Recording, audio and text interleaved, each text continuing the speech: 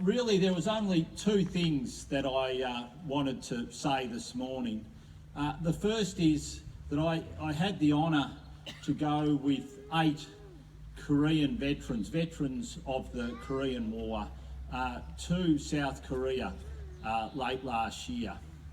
And 2 of the veterans I went with, I was having a chat with, and they mentioned to me that it was fantastic for them to be back in South Korea, see where they fought and what they did.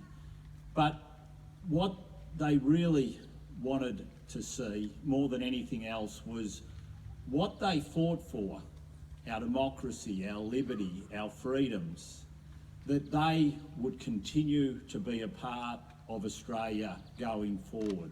They were both in their 90s, both remarkable gentlemen for what they'd been through and then what they'd achieved.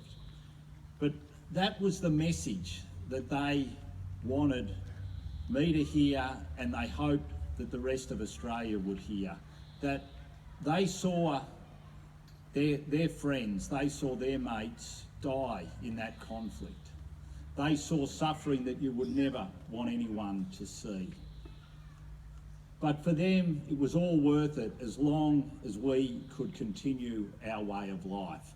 And I think that is really important for us on a day like this, for us to stop and remember all those, whether it was Indigenous Australians, whether it's those who's fought on behalf of us, whether it's the forebears who contributed to our community, that we stop and think and remember all of those who have been before us and the contribution they've made to make us such a great, great country.